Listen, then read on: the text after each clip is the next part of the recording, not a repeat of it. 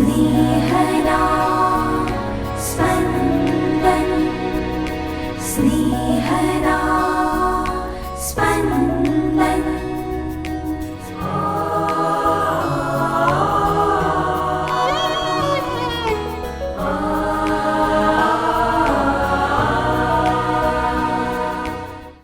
સામાન્ય કાર્ડના 11મા અઠવાડિયાનો મંગળવાર. ઈસુ ચઢિયાતું ધર્માચરણ બતાવે છે. પરમપિતા જેવા છે તેવા બનવું. આપણે આપણા શત્રુઓ માટે પ્રાર્થના કરીએ. સાંભળીએ સંત માથીકૃત શુભ સંદેશ, અધ્યાય 5, કડી 43-48. તારા મિત્ર ઉપર પ્રેમ રાખ અને તારા શત્રુ ઉપર દ્વેષ રાખ એમ કહેલું છે તે તમે જાણો છો. પણ હું તમને કહું છું કે તમારા શત્રુ ઉપર પ્રેમ રાખો અને તમને રંજાડનાર માટે દુઆ માંગો, તો જ તમે તમારા પરમ પિતાના સાચા સંતાન થઈ શકશો. તે કેવો ભલા અને ભૂંડા સૌને સૂર્યનો પ્રકાશ આપે છે અને પાપી અને પુણ્યશાળી સૌને માટે વરસાદ વરસાવે છે. તમારા ઉપર પ્રેમ રાખે તેમના ઉપર જ તમે પ્રેમ રાખો. એમાં તમે બદલો મેળવવા જેવું શું કર્યું? એવું તો જકાતદારો પણ ક્યાં નથી કરતા. તમે ફક્ત તમારા સ્નેહી સંબંધીઓને જ વંદન કરો, તો એમાં તમે વિશેષ શું કર્યું? એવું તો વિધર્મીઓ પણ ક્યાં નથી કરતા. પણ તમારે તો તમારા પરમપિતા જેવા પૂર્ણ છે તેવા પૂર્ણ બનવાનું છે. સ્નેહના સ્પંદન, સ્પંદન. ચડિયાતું ધર્માચરણ છે બદલો લેવાનું ટાળવાનું. ચડિયાતું ધર્માચરણ છે અહિંસાનો માર્ગ. ચડિયાતું ધર્માચરણ છે મારા દુશ્મન ઉપર પ્રેમ રાખવો. માનવ વ્યવહાર જ એવો છે કે જે આપણને પ્રેમ કરે, આપણને માન આપે, તેના પ્રત્યે આપણામાં સ્વયંભૂપણે પ્રેમ પ્રગટે, માન પેદા થાય. આ તો અત્યંત માનવીય છે. એથી ઉલટું આપણને ધિક્કારે, તેના પ્રત્યે સ્વયંભૂપણે ધિક્કાર પેદા થાય. આ તો અત્યંત નિમ્ન કક્ષાનું ધર્માચરણ છે. કદાચ પ્રાણીઓ પણ આવો જ વ્યવહાર કરે છે. ઈસુ આપણને ચડિયાતું ધર્માચરણ શીખવે છે. તમારા શત્રુ ઉપર પ્રેમ રાખો અને તમને રંજાડનાર માટે પ્રાર્થના કરો. આ સ્વયં સ્ફુરિત લાગણી નથી. એટલે ઈસુ આપણને ગળે ઉતરે એવી રજૂઆત કરે છે. આપણે પરમપિતાના સંતાન છીએ. જેવા આપણા પિતા તેવા આપણે. પરમપિતા સૂર્યનો પ્રકાશ આપવામાં પક્ષપાત કરતા નથી. પ્રભુ ભૂંડા જનને એટલો જ સૂર્યનો પ્રકાશ આપે છે જેટલો તેઓ ભલા જનને આપે છે. બીજો દાખલો વર્ષાનો આપે છે. ભૂંડા ભાઈના ખેતરમાં પ્રભુ એટલો જ વરસાદ વરસાવે છે જેટલો ભલા ભાઈના ખેતરમાં વરસાવે છે. એટલે ઈસુ પહેલી સમજ પરમ પિતાના વ્યવહારથી આપે છે. હવે ઈસુ માનવના સ્તરે આપણને લાવે છે. ઇઝરાયેલીઓ જકાતદારોને પાપીઓ ગણતા. આ પાપી જકાતદારો એટલું તો કરે જ છે કે એમના પર જેઓ પ્રેમ રાખે તેમના પર તેઓ પ્રેમ રાખે જ છે.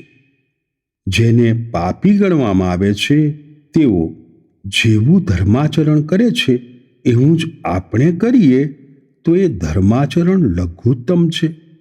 ઇઝરાયેલીઓ બિન ઇઝરાયેલીઓને પાપી જ ગણતા. બિન ઇઝરાયેલી વિધર્મી છે. આવા વિધર્મીઓ તેમના સ્નેહીઓને જ વંદન કરે છે. આ તો પાપીઓ ધર્માચરણ કરે છે એવું ધર્માચરણ છે. આપણું ધર્માચરણ ચડિયાતું હોવું જોઈએ.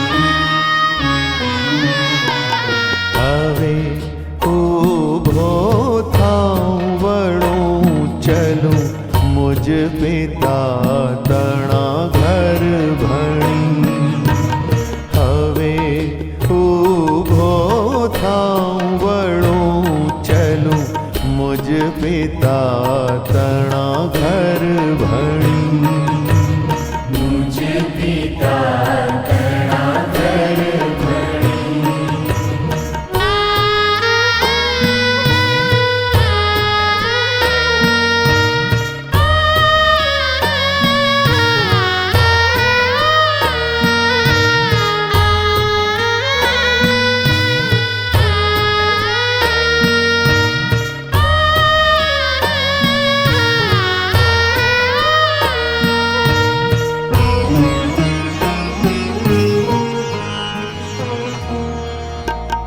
અહીં જીવું છું ભૂખ દુઃખના મોત પછાડા ખાઈ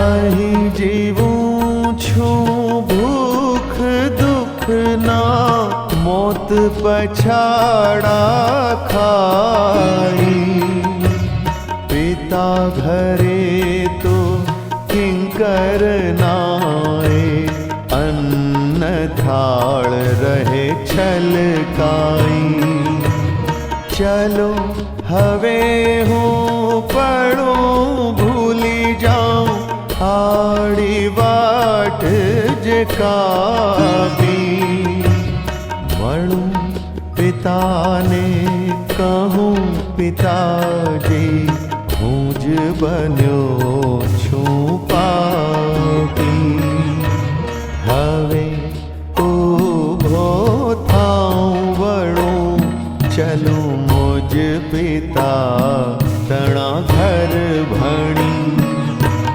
मुझे पिता तणा घर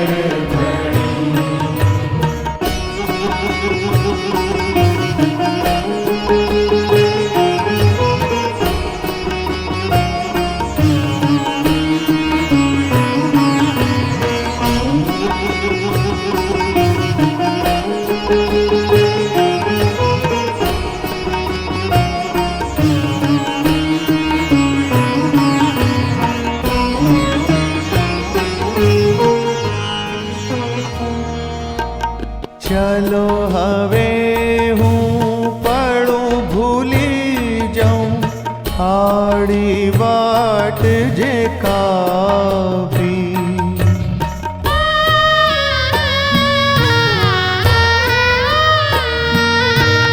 चलो हवे हूँ पड़ूं भूली जाऊं आड़ी वाट जे काबी મળું પિતાને કહું પિતાજી હું જ બન્યો છું પાપી પિતા તમારો પુત્ર હવે પુત્ર શબ્દ તો લાજે ગણું મને કિંકર अधिक मने ना छाजे हवे ऊभो थाऊं वळूं चलूं मुझे पिता तणा घर चलूं मुझे पिता तणा घर भणी चलो मुझे पिता तणा घर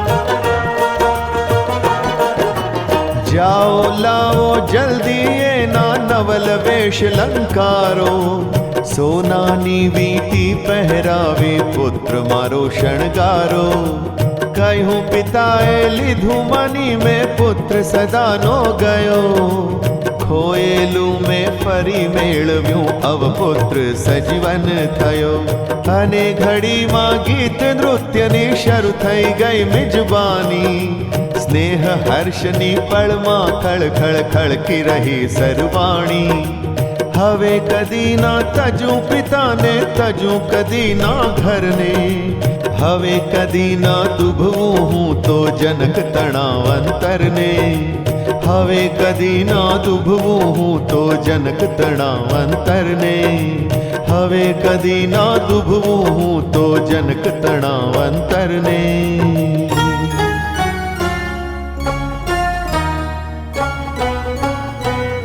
હવે ઊભો થાઉં વળું ચલું મુજ પિતા તણા ઘર ભણી मुझ पिता तणा घर भणी ચલું મુજ પિતા